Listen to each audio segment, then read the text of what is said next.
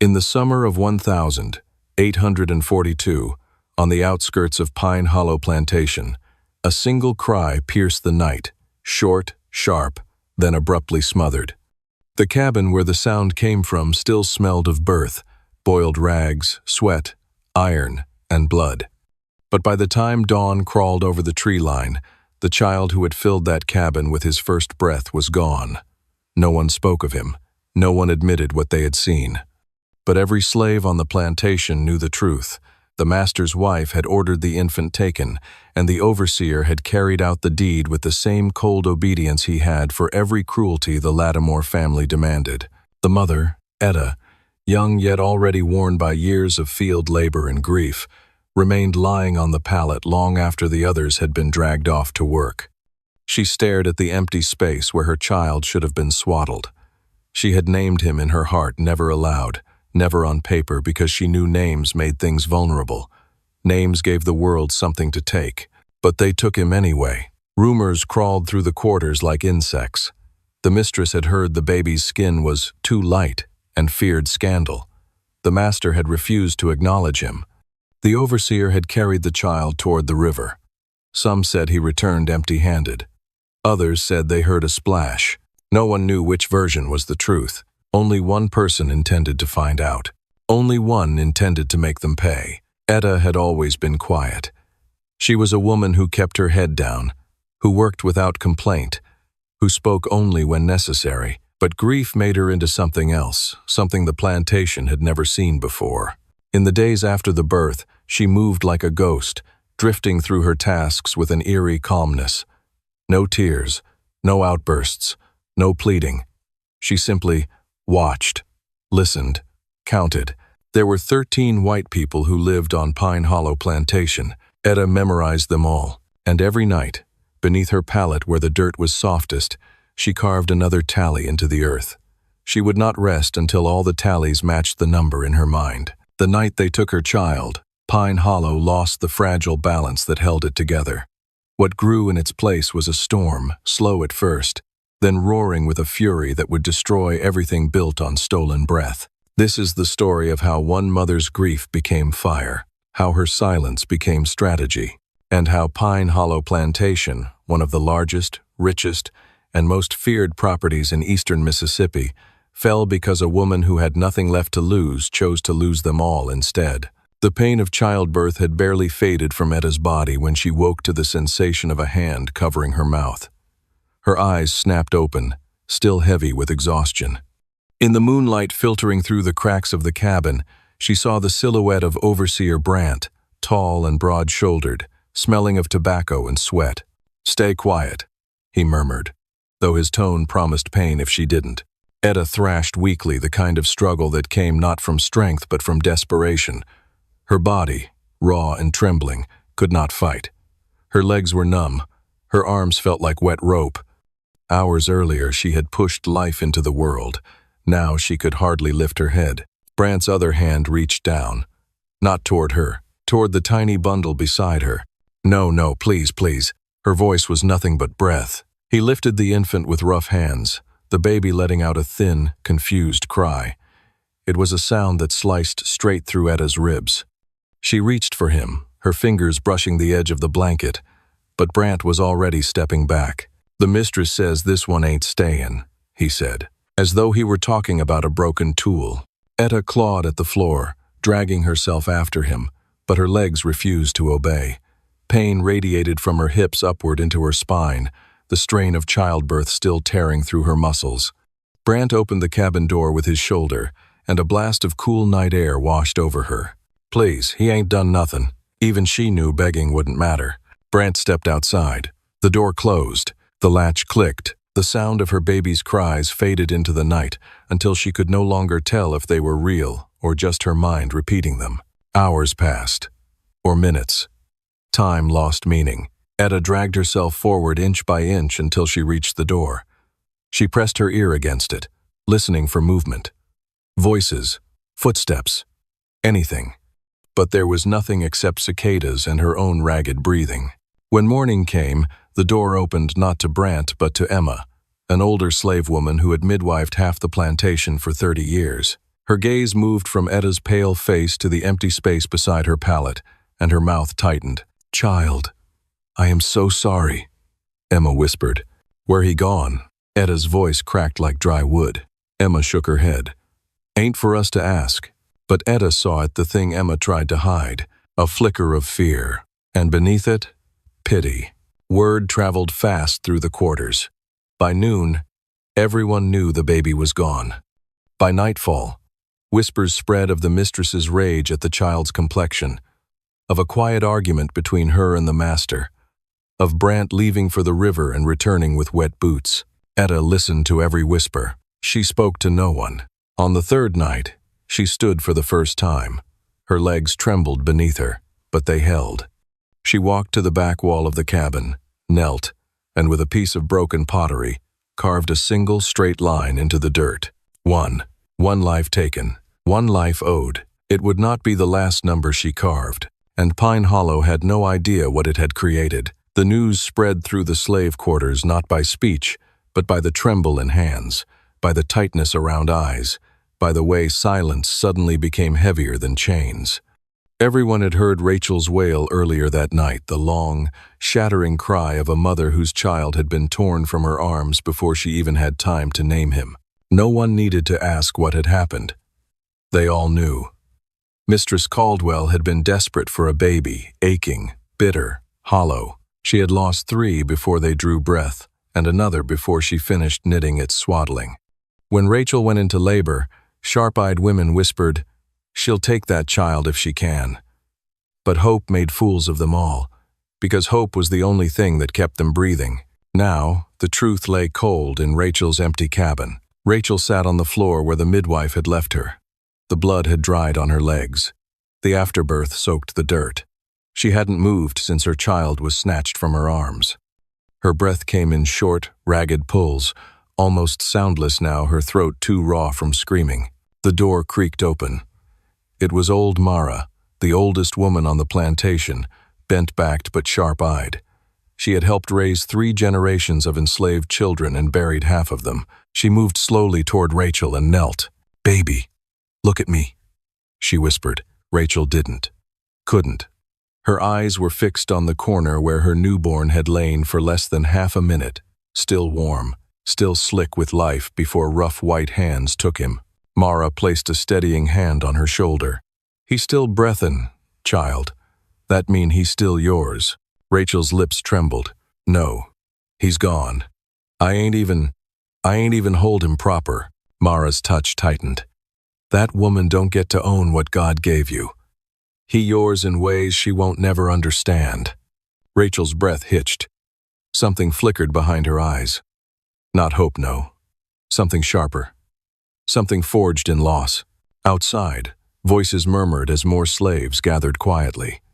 None entered the cabin, not yet, but their presence thickened the air like storm clouds. They, too, knew that what had been done tonight had crossed an invisible line. Then came footsteps, 2 sets approaching from beyond the cabins. Everyone froze. Rachel lifted her head slowly, like a ghost rising. From the doorway stepped Elijah the blacksmith, thick-shouldered, soot-stained, jaw clenched hard enough to crack bone. Behind him stood Naomi, who worked in the weaving shed. Both looked at Rachel with a mixture of pain and fear. Elijah spoke first. "We heard 'bout Mistress. They say she asleep in the big house, rockin' your boy in her arms." The words struck Rachel like a physical blow. Her fingers curled in the dirt. Rocking, her son, like hers, as though nothing wrong had been done. Naomi stepped forward. "Rachel, we ain't let this pass. You tell us what you need. Anything." But Rachel didn't answer. Her gaze unfocused again, drifting to the wall, past the wall somewhere distant, dark, unreachable. Elijah exhaled shakily. "Rachel, say something. Say you want him back." At first, she said nothing. Her breathing slowed. Her posture straightened. Her shoulders, trembling minutes before, settled into something terrifyingly still. Then she whispered, "I want her to feel it." The room chilled. Even Mara pulled back, her breath catching. Rachel's voice came again, steadier. I want her to know what it means to lose what you love." Her hands, weak as paper moments before, now pressed into the floor with purpose. She stood slowly, painfully, but she stood. "Rachel," Mara whispered. "Child, don't go speaking vengeance. That path." Rachel turned toward her, and the look in her eyes silenced the old woman instantly. "This ain't vengeance." Her voice was low, calm, final. "This justice been waitin' too long." Elijah swallowed. "What you plannin'?" Rachel looked at him with eyes that no longer held fear. "The mistress took from me." She paused. "So I'm taking back everything she ever touched." Naomi covered her mouth. Elijah took a step back. Mara shut her eyes in dread. Rachel continued, her voice soft but unwavering. "She took my baby in the darkness." A beat. Tonight, darkness gonna take something of hers. Outside the cabin, the wind shifted. The torches flickered. A dog barked and then whined as if sensing a coming storm. Deep within her, chest pain still raw, grief still bleeding, Rachel felt something ignite. It wasn't madness. It wasn't hysteria. It was clarity. Every heartbeat of her life had been survival. But now she had a purpose. A woman who has lost everything is not to be feared. A woman who still has one thing left to reclaim is unstoppable. Rachel stepped out of the cabin, barefoot, weak, but filled with a steady fire. The others parted for her without a word. They didn't ask questions. They didn't need to. Everyone on the plantation knew. The night Rachel lost her child was the night the Caldwell plantation began to die. The dawn after Ruth's first escape attempt broke heavy and blue, the kind of morning that seemed to carry sorrow in its mist. The slave cabins were quiet, too quiet. The children did not chase each other between the posts. No hoes struck soil. No pots clanged. Even the birds that nested in the cypresses did not sing. It was as though the whole plantation had held its breath with her. Because everyone knew, a mother who has lost her baby is either a ghost or a storm. Ruth had chosen to be the storm. She walked down the dirt path toward the river, every step slow, careful, deliberate. She wore no shoes. The earth was damp and cold beneath her feet, and her dress was torn at the hem where it had snagged on the thorns the night she had tried to chase after the man who took her newborn. The memory made her jaw lock so hard it ached. The others watched her from their cabins, some afraid, some hopeful, all silent. Even the overseers glanced toward her and muttered curses under their breath. There was something about her walk, something about her stillness, something about her eyes. It was as though the river itself had called her. Ruth stepped into the tall grass, letting the blades brush her legs. The river was only a few yards ahead, broad and dark, moving with a sluggish weight. It had always been a place of secrets where slaves whispered the truth they could not speak in the fields, where blood from lashings washed away, where hope and heartbreak met in swirling eddies of brown water. She knelt at the riverbank and closed her eyes. "Child," she whispered. My baby, where have they taken you?" Her voice cracked, but no tears fell. She had cried until her eyes were raw. Now her grief had calcified into something sharper. She cupped her hands into the cold water, letting it run over her palms. In the ripples, she imagined she heard her daughter's weak, newborn cry. The memory stabbed her chest like a blade. She plunged her hands deeper, then froze. There was a reflection beside her. An old woman stood behind her, leaning on a carved walking stick. She wore a faded dress, the color of storm clouds, and her hair was wrapped in a scarf patterned with symbols no one in the quarters could read. But everyone knew her name. Goody Mabel, midwife, healer, root worker. The one the white folks pretended not to fear. The one the slaves knew better than to cross. Ruth stood up quickly, her breath catching in her throat. "Mama Mabel, I didn't hear you." "You weren't meant to," the old woman said with a voice soft as dry leaves. "Your mind too loud with pain." She stepped closer and traced a finger along Ruth's cheek. "And pain make the spirits listen." Ruth swallowed. "Can they help me? Can they tell me where they took her?" Goody Mabel tilted her head. "They can. But spirits never speak without asking for a price." Ruth's stomach twisted. "What kind of price?" "Part of you," Mabel said. "A piece of your fear, a piece of your heart, and a piece of something they took from you long ago." Ruth felt her breath hitch. I I don't have nothing left. Oh, child, Mabel said. You got plenty left. Anger, fire, will, a mother's promise. She tapped Ruth's chest. And what hide in here? More dangerous than any weapon. Ruth looked back at the river. Tell me what to do. Mabel nodded slowly, as though she had been waiting for those exact words. You gon' walk with me, she said, and listen careful. 'Cause what they did to you, it ain't the first time. And if you let them keep this baby, it won't be the last. Ruth's hands curled into fists. I will do anything to get her back. Mabel's eyes gleamed. Then you gon' learn how to fight the way they don't see comin'. Not with fists, not with blades, but with something they too proud, too foolish, too blind to understand. Ina stated. What is that? Ruth asked. Mabel's voice dropped to a whisper. Patience. Ruth stiffened. Patience felt like surrender. It felt like slow death. It felt like choking on silence while her child screamed somewhere far away. I can't wait, she whispered. She needs me now. Mabel's eyes narrowed, sharp as a knife's edge. And you think I don't know what a mother feels? You think I ain't lost my own? Patience ain't about sitting still. Patience is about moving smart. She pointed toward the big house. They watching you now. From every window, every shadow. You run again today. They break you in a way you don't come back from. Ruth's breath trembled. She hated that Mabel was right. You gon' get that child back, Mabel said, taking the river water and dripping it onto Ruth's forehead like baptism. But first, you gon' find out who took her, who ordered it, and where they hid her. Her voice grew low, and when that truth come out, this whole place gon' burn by its own wicked hands. Ruth didn't flinch. She had already started to imagine the flames. Come sundown, Mabel said. I'll show you how to begin. Ruth rose to her feet. I'll be there. As she walked away from the river, the mist lifted. The sun broke through, and for the first time since her child was stolen, Ruth felt her heartbeat steady into something powerful, something dangerous. Not grief, not despair, purpose. Behind her, Goody Mabel dipped her fingers back into the river and whispered, She ready now, and the water answered with a ripple, shaped like a promise. The night crept over Harlow Plantation like a living thing, thick, humid, and full of watching eyes. By the time the moon rose, the whispers had already spread from the cabins to the cane rows to the smokehouse. Mira was planning something, and this time, it wasn't grief speaking. It was precision, purpose. She sat alone behind her cabin, fingers running across the ground as if memorizing the dirt. The earth here held every memory she could not speak aloud, her newborn's warmth, her own scream, the midwife's trembling prayer, the cold silence that followed. 3 nights had passed since the baby had been taken. 3 nights of Mira neither sleeping nor crying, only thinking, only sharpening, only remembering.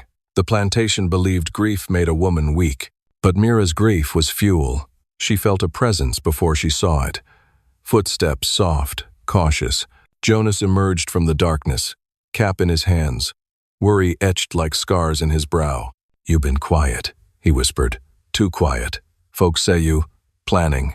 Mira looked up slowly. Her eyes, the same eyes Master Harlow had avoided since the night he stole her child, glittered like flint. Tell me, Jonas said softly. What you gon' do? Mira stood, brushing dirt from her palms.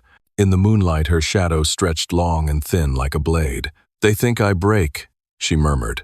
Jonas's breath caught. Mira, don't do nothing that get you killed. She stepped closer, her voice a ghost of steel. I died already. Jonas swallowed hard. Mira continued. They took my child, my blood, my breath. Only thing left of me is what I choose to do now. He looked at her, really looked, then nodded. Not in approval, but in understanding. They had all lost something to Harlow. But Mira's loss cracked the earth. From the tree line, another figure approached old Ruth, the healer woman, who had tended Mira after childbirth. Her cane tapped the earth like a slow heartbeat. I know that look, Ruth rasped. Seen it once before, in a woman who burned a barn full o' men who hurt her. Mira, if you step on this road, ain't no turning back. Mira held Ruth's gaze. There is no road to go back to. Ruth let out a long, quivering sigh. Then she handed Mira a pouch. Henbane, she whispered. Powdered fine, bitter as sin. Won't kill a man quick, but it'll make his body betray him. Make him see shadows where there ain't none. Make his tongue swell, his guts twist. Jonas stared at Ruth in shock. You given her poison? I given her choice, Ruth answered. Mira accepted the pouch and tucked it into the fold of her skirt. Just then, a shrill creak echoed across the yard, the main house door swinging open. Lantern light spilled onto the steps, and a figure descended. Mistress Evelyn Harlow, pale, thin as a chicken bone, her voice slicing the air. Mira! Jonas and Ruth moved aside. Mistress Evelyn marched forward, fury bubbling beneath her painted face. You have work at dawn, she hissed. Don't think your little tragedy excuses you from duties. Mira's jaw clenched. Jonas stepped forward instinctively. Mistress, she ain't ready. Silence, Evelyn snapped. She belongs to this household. She will obey. Mira said nothing. Nothing at all. Her silence seemed to unnerve Evelyn more than any cry would have. You will be in the laundry by daybreak, the mistress continued. And you will keep your eyes down. I won't tolerate that. Defiant stare. Evelyn's voice trembled, just barely. She knew Mira's eyes. She feared them. When Evelyn turned to leave, Mira finally spoke soft, low, controlled. Yes, mistress. But the yes held a promise Evelyn did not hear. As the mistress disappeared into the lantern glow, Jonas whispered, Mira, you ain't gonna do nothing foolish in that laundry room, are you? Mira did not answer. Instead, she walked past him, past Ruth, past the cabins, toward the dark edge of the plantation. The cotton fields rustled around her as if bowing out of her way. She reached the abandoned smokehouse, its wooden door hanging crooked, its interior black as a swallowed scream. She stepped inside and knelt. Beneath a loose board, she pulled out something she had hidden long before childbirth, long before sorrow, long before loss. A rusted knife, small but sharp. She brushed her thumb along its edge, feeling it kiss her skin. Behind her, Ruth's voice floated in like a warning carried by wind. Mira, this road you walk in, even God might not follow. Mira closed her fingers around the knife. Then I'll walk it alone. Outside, a cold breeze swept across the plantation, strange for a southern night in midsummer. Dogs began barking in the distance, restless, uneasy.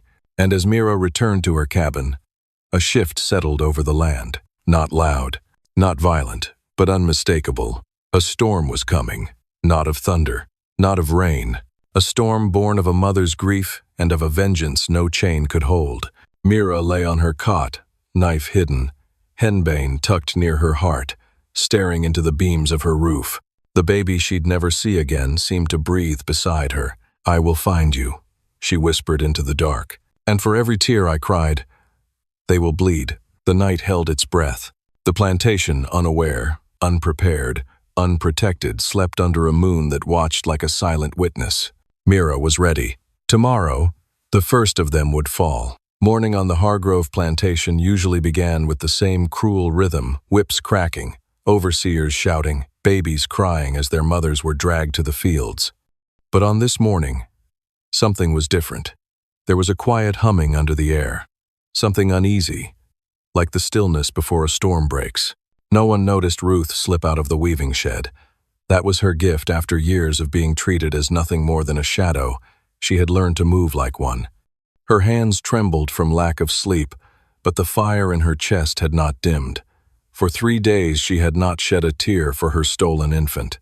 She had been beyond tears since the night her child was taken. Her mourning had sharpened into something else, something cold and exact. Her revenge had already begun. The Hargrove family didn't yet know it, but they had been breathing in her fury, stepping through it, eating from it. Ruth had woven it into the very rhythm of the house. That morning, the first scream ripped across the yard from the smokehouse. Sarah Hargrove, the mistress's eldest daughter, stumbled out holding her arm.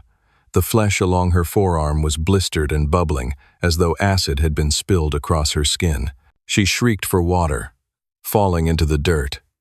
No one understood how the soap she used every morning had been replaced with a mixture strong enough to burn through skin. Ruth did. She had ground the lye herself, mixed it with the bitter resin she extracted from a vine that only the oldest Gullah women knew how to find. She had placed the mixture where Sarah would reach for it automatically. She had counted the steps. She had memorized the patterns of the girl's morning habits. Revenge was a map, and Ruth walked it carefully. But that was only the first scream. The second came from the fields. 2 overseers dropped where they stood, writhing, gasping, clutching at their throats. Their canteens spilled beside them. The water inside tinted a faint amber. Ruth had added the tincture the night before, slipping through the shadows with nothing but mud on her feet and grief in her jaw.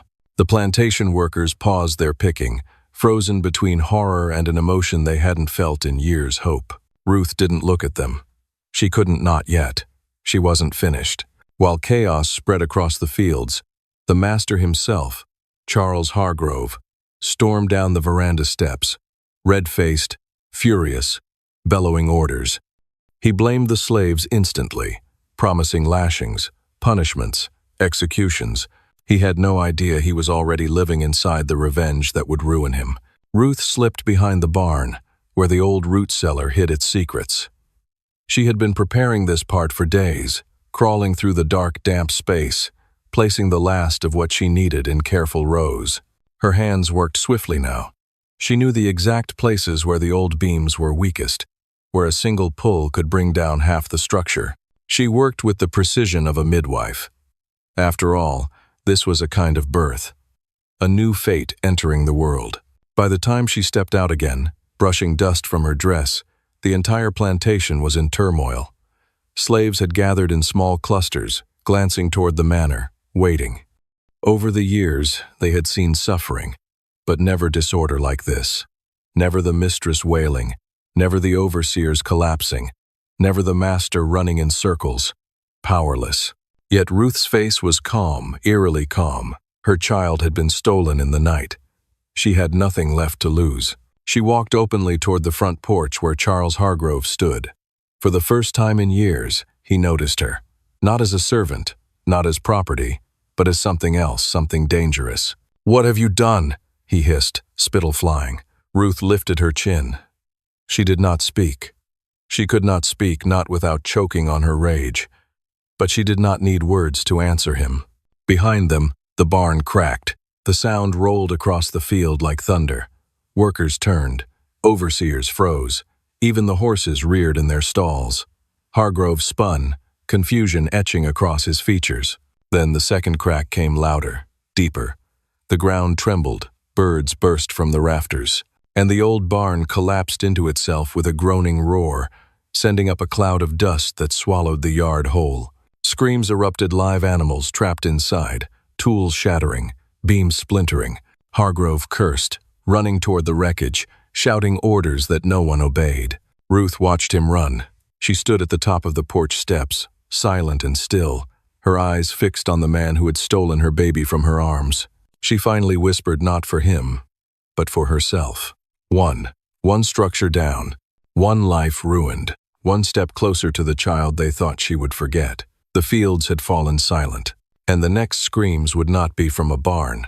They would be from the master himself. The plantation woke to the uneasy quiet that comes after a storm, except no storm had passed. The air felt wrong, too still, as if the land itself were holding its breath. Overseer Brandt was the first to notice the trail of muddy prints leading from the slave quarters toward the edge of the marsh. At first glance, they seemed normal, but he felt the hairs on his arms rise. The steps were too small, too light, too recent, and they led away from the nursery shed. Elias Torrance stormed from his house, half-dressed, hair wild, rage pouring from him as though he were a Vesper demon. "Where is the child?" he roared. His voice shattered the morning calm, sending birds fleeing from the pines. No one answered, not the slaves huddled near the fields, not the trembling house servants, not the overseers glaring at their boots. All of them knew the truth. Even if none dared speak it, Marama had returned in the night, and she had taken her baby back. Brandt cleared his throat, trying to reclaim his authority. "Sir, we should form a search party. She can't have gone far." Elias spun on him, face red with fury. She was locked in the smokehouse. How far could she go? Brandt swallowed. He hadn't checked the smokehouse himself yet. When he reached it, Dread pooled in his stomach. The door hung crooked, the lock hanging by a single twisted screw. Inside, the chains lay on the floor, cut clean, almost surgically, far too precise for a slave with no tools. Cut. Cut with what? He whispered, but his question had no answer. At the edge of the marsh, Elias Torrin found something worse, a scrap of white cloth caught on a briar. It was the corner of the infant's swaddling wrap. It was clean, untouched. Elias crushed it in his fist.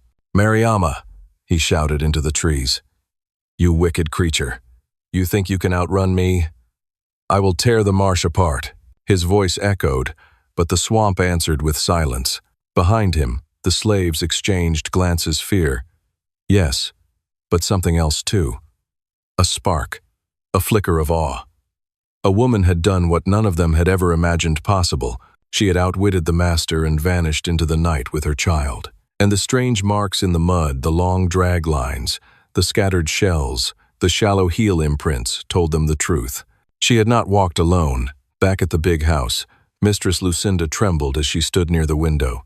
She had barely slept, haunted by the memory of Marama's stare. That silent, burning stare. That vow. "She won't come back for revenge, will she?" Lucinda whispered.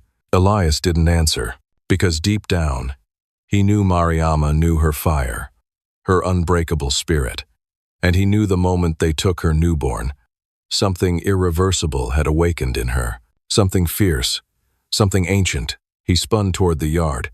"Brant, assemble every man on this land. We search until she is found." Brant hesitated. "Sir, the marsh is dangerous. People disappear in there."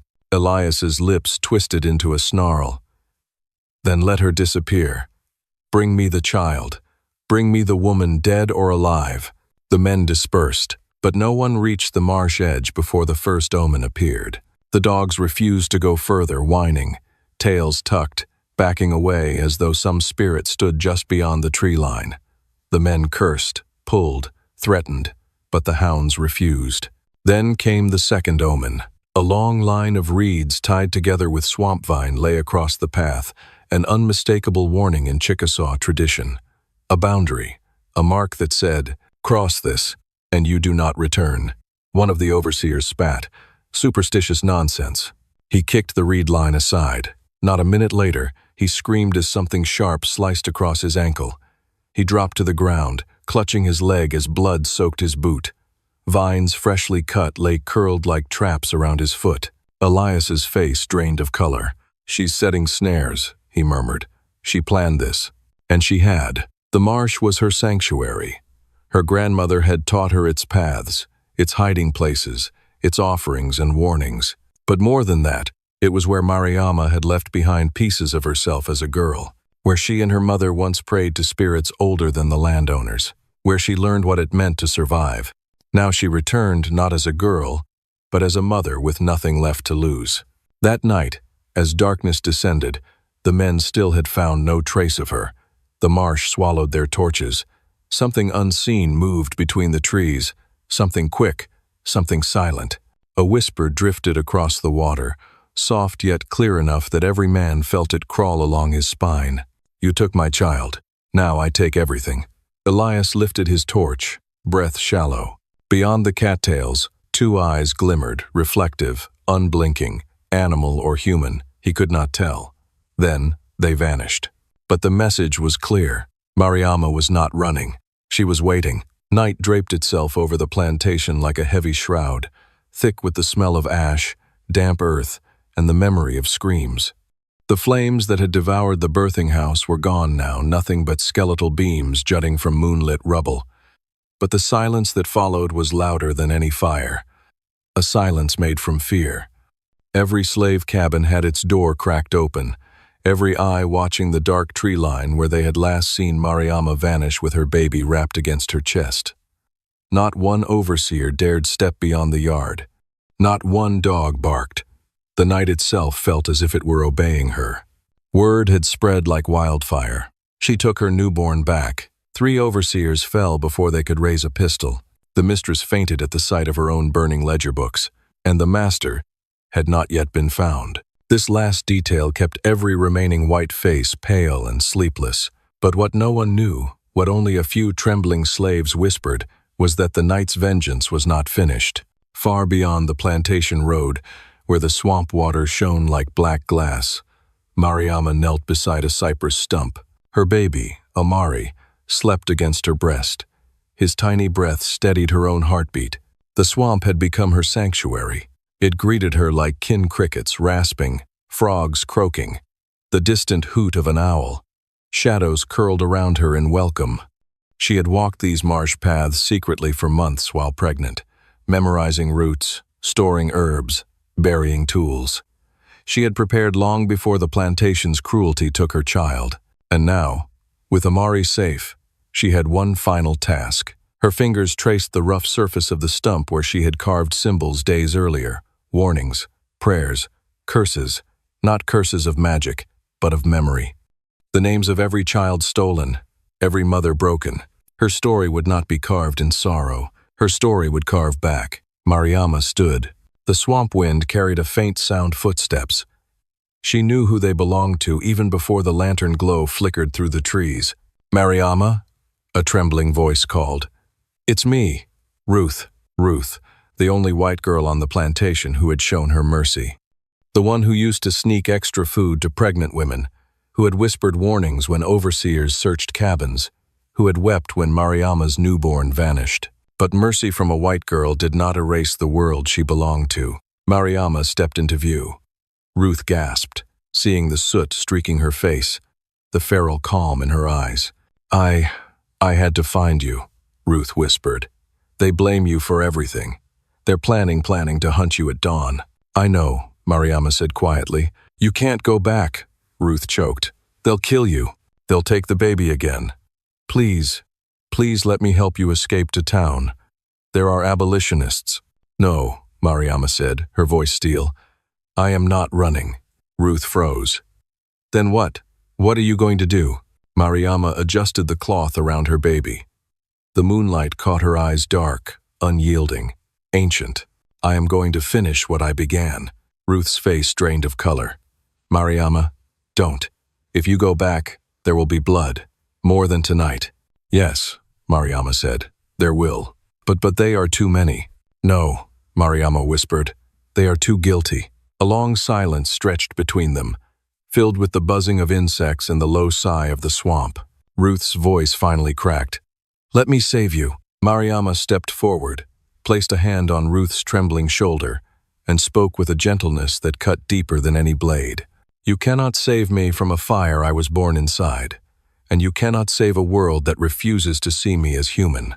Ruth covered her mouth, tears spilling. "Then, tell me what to do." Marama picked up the small bundle at her feet, her satchel of herbs, glass shards, rope, and the sharpened hoe blade she had hidden months before. "Turn back," she said. "And when they ask where I went, tell them the truth." "What truth?" "That I am coming," Marama said, "and I do not come alone." As she walked deeper into the swamp, torches flickered in the distance. The search party was forming early. Ruth watched her go, heart hammering, torn between terror and awe. Mariama's whisper drifted back through the trees like smoke. "Tonight, the mothers will be heard." Important to the turn of rend, and the swamp swallowed her figure whole, silent, ready, waiting. The hunt would begin at dawn, but Marama would strike before dawn ever arrived. Dawn bled slowly over the horizon, washing the ruined plantation in a pale, guilty light. Smoke threaded through the air like dark ribbons, drifting from the collapsed barn and the scorched fields where the Kinnear overseers had made their last sounds in this world. But the house, large, white, and rotting with secrets, still stood. And inside it, the final reckoning waited. Mara walked barefoot through the ash-strewn yard, her steps slow, deliberate, almost ritualistic. Her nightdress was torn, the hem blackened with soot. Her braids were undone, falling wild around her shoulders. But her eyes burned with the fury of every mother who ever held an empty cradle. Around her, other enslaved women quietly stepped from the shadows, their faces lit by the new sun. They didn't walk behind her, they walked with her. None carried weapons. They didn't need any. Not anymore. The door to the big house stood ajar, hanging crooked from where Mara had smashed it open hours before. She had come once already in the night, when everything began, but she had not gone inside. Not yet. The overseers were the first deserving. But this place, this house, this rot-covered monument to someone else's power, this was where the heart of the pain lived, and it was time to stop that heart. Inside, the halls were silent. The master and mistress had not slept through the night's screams. No one in a 10-mile radius could have. But they had not shown their faces, not when the horses shrieked, not when the fire bloomed, not when their overseers begged. Cowards slept lightly. Mara's hands brushed the wall as she entered the dining room. Her fingertips traced the polished wood, the paints imported from France, the polished silver. All bought with blood. All polished by the exhausted hands of the enslaved. All worthless now. A floorboard creaked. Mara didn't turn. She didn't have to. "I know you're there," she said softly. Mistress Kinnear stepped into view, her silk nightgown clutched around her throat. Her hair was loosened from its plait, tangled from a night of terror. Her eyes were red, swollen whether from crying or fear. Mara didn't care to guess. It was a mistake. The mistress whispered, "Whatever happened to your child?" Mara turned her head, slowly, like a predator considering whether the prey was worth the chase. "My child," she repeated, voice flat, deadly calm. "You took him." Mistress Kinnear shivered. We needed to wean him. House babies." "House babies?" Mara took one step forward, and the mistress stepped backward without thinking. "You drugged me. You stole him from my arms in the dark. You told me I'd forget eventually." Her voice didn't rise. It didn't need to. The mistress's back struck the wall. Her fingers clawed at the wood as if it could save her. She dared a trembling whisper. "Your kind have so many." Mara moved. She didn't strike. She didn't choke. She didn't drag the woman by her hair. She simply took the mistress's face in both hands and held it there firm and chillingly gentle. "Look at me," Mara said. I am," the mistress stammered. "No," Mara whispered. "Look at what you have done." The mistress's breath caught. Mara's expression did not change, but something in the air thickened, darkened like the moment before lightning cracks a tree in half. The walls seemed to close in. The silence tightened. She was right. Both women turned. In the doorway stood the master, half-dressed, shaking, his face pale as milk. In one hand he held a pistol, but his wrist trembled so violently the barrel tapped his own knee. She said you'd come for us." Mara faced him fully now. "For my baby," she said. "Not for you." The master swallowed. "I didn't take him. She did." Mistress Kinnear gasped in disbelief. "How dare you?" "You told me," he shouted, voice cracking. "You said she wouldn't remember once we sold him." The mistress's face twisted with horrified betrayal, but Mara wasn't listening to either of them. Her heartbeat slowed, softened, steadied. "Where is he?" she said. Neither spoke. So Mara spoke for them. "You sold him south, didn't you?" The mistress flinched. A single tear traced Mara's cheek, silent, hot, unstoppable. Then she wiped it away with a steady hand. Nothing in her face changed, but everything inside her did. She turned toward the doorway and walked away without another word. The master made a strangled noise. Where are you going?" Mara didn't pause. "After my son. You're not taking this plantation from us," he stuttered. Mara did turn this time, one last time, and looked at him with something colder than hatred. "No," she said. "You already lost it." End quote. Behind her, the women stepped into the hall, their footsteps a quiet thunder. Mara reached the front door and looked over the yard. The barns were ash heaps. The overseers were gone. The fields were empty. The plantation was dead. "Burn it," she said, and the women around her moved. Before the master or mistress could run, before they could beg, before they could summon a single excuse to save themselves, flames were already spidering across the porch, crawling up the walls, licking the shutters. The house that held half a century of suffering began to burn from the inside out. The master dropped his pistol. The mistress screamed. Neither mattered anymore. Mara didn't watch the house fall. She walked toward the open road with the morning sun breaking over her shoulders. The other women beside her. the fire crackling behind them like an exhaled curse. "My child is waiting," she whispered, and she did not look back.